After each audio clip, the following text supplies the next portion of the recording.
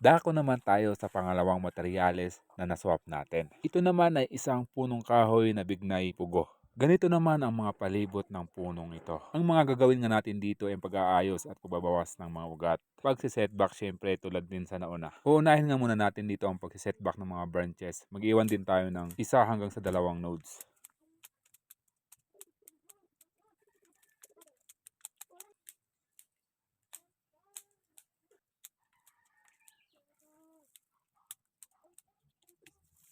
And guys, lahat nga ng mga branches dito nabawasan na natin. Na-setback na nga natin lahat ng ito. Bago nga natin itutuloy, ihahanda muna natin ang kanyang pagtataniman na bagong training pot at bagong medium.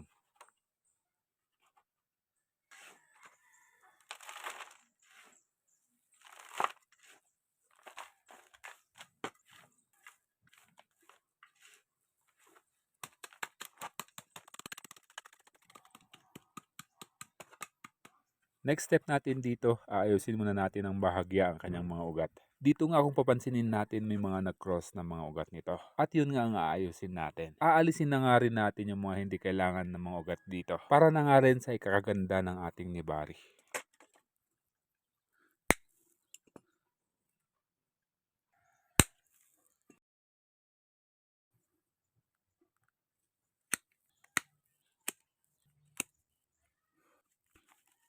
Dito kung mapapansin natin, lutang na nga yung mga ugat na nakatago. So ngayon, kitang-kita na yung ating mga primary roots. Bubusisiin pa natin ito ng mabuti para matanggal natin lahat ng mga nag-cross na mga ugat. Pagkatapos din ito, mag-a-atras tayo dito ng mga ugat.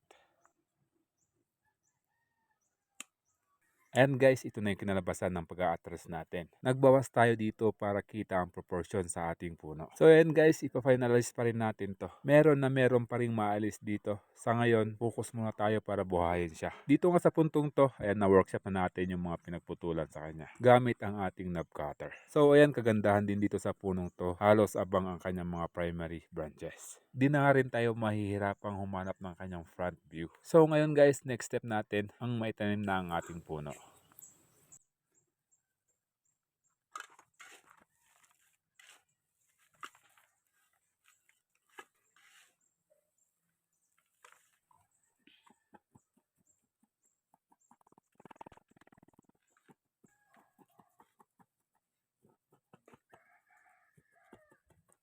Tapos mga idol.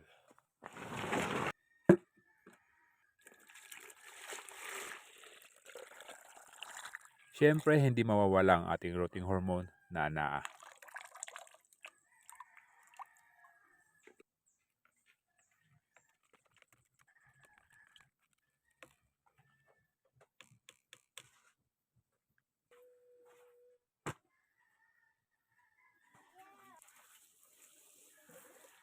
Maraming salamat sa suporta at sa panonood mga idol. At yun na nga, may papakabangan naman tayong part 2 para sa ating Bignay Pugo na swap na materyales.